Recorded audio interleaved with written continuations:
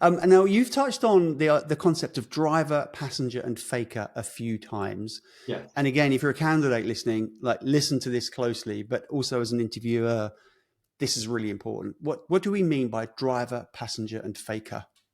So in any initiative, you could have 20, 30 people working on a project. You're probably going to have 5% or 10% of the people in that who are the primary drivers of change makers or whatever it is. You then may have another 30 to 50% who are solid delivery. They are doing good work, maybe under the lead or tutelage of others, but they're doing good work.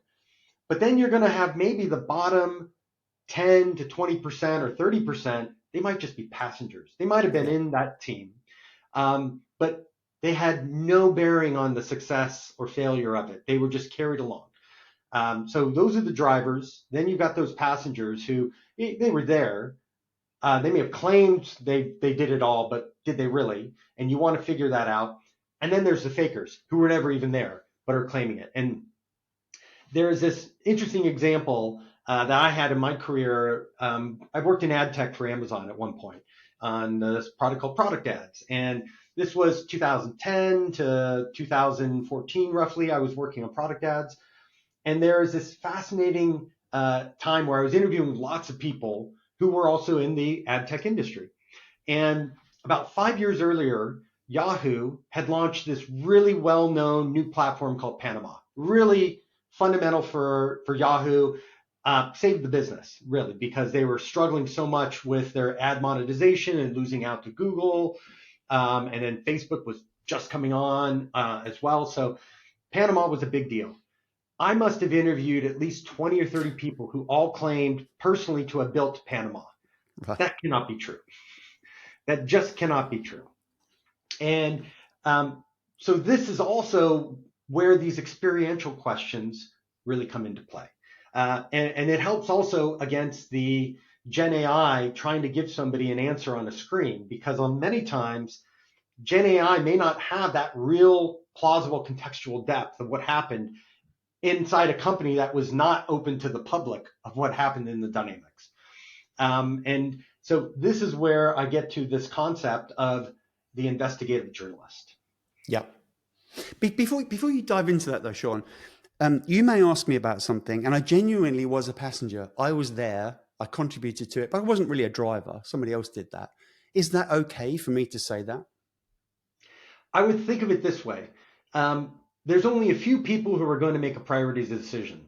And if there's 50 people in the team, it probably wasn't communal. So that's not going to be a surprise. So sometimes I will ask, like, someone will say, I launched this new proposition for the business. Oh, okay, great. Whose idea was it?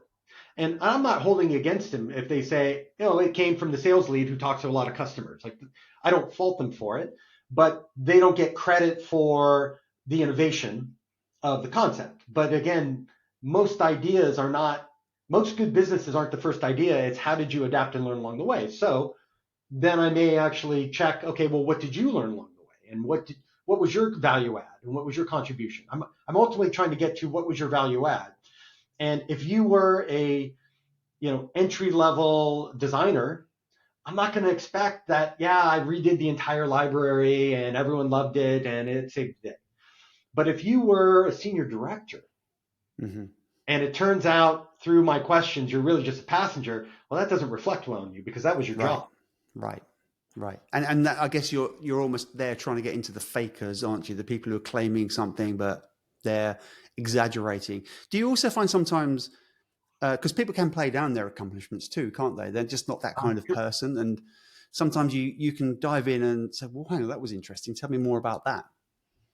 That absolutely happens. And, it's funny because there's a couple of things I do listen to. I always like to hear, do they say we are more than I, or I more than we, is one of those things.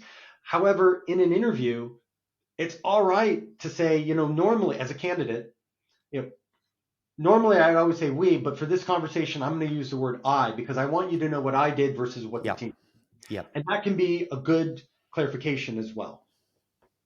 Yeah. Let's talk about investigative journalism and probing questions, because that's one thing that you talked about a lot when we were preparing for this. And that, as I understand it, it's you ask me a question and I claim to be a driver on this thing. But what I'm understanding is you then don't take that at face value. You become an investigative journalist. What does that look like in an interview? That's right. So as I've been training people for over 10 years outside of Amazon on this at Tesco and my business is GFK and Synchron, I've come up with this framework, this mental model of imagine you're an investigative journalist and your editor gives you a task. Go talk to this candidate.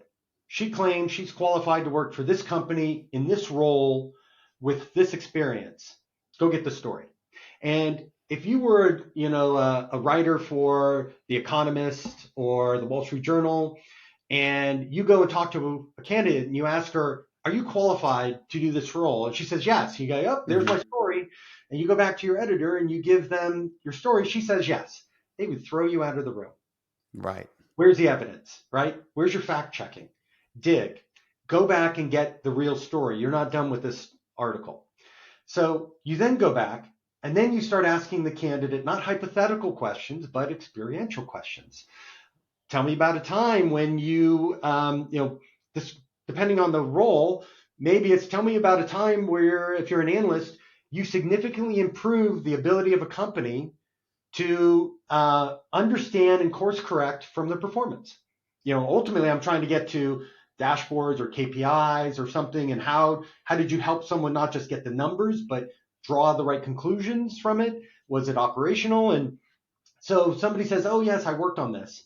Okay, well, great. Tell me more about it. And I'm going to dig. Or let's use the Panama example for Yahoo's ad server. Okay, great. You were on there. What was your role? Mm-hmm. Where did the idea come from? When did you enter the situation? Okay, wow. Trying to take a significant chunk of resources away from the other existing running businesses. Did that create any tensions? Mm-hmm. Whose objections did you have to overcome? What was the most significant problem you had to solve here? And how did you solve it? And then how did you roll this out across all of these business units and countries? And at some point of time, people can only go so deep if they were a passenger.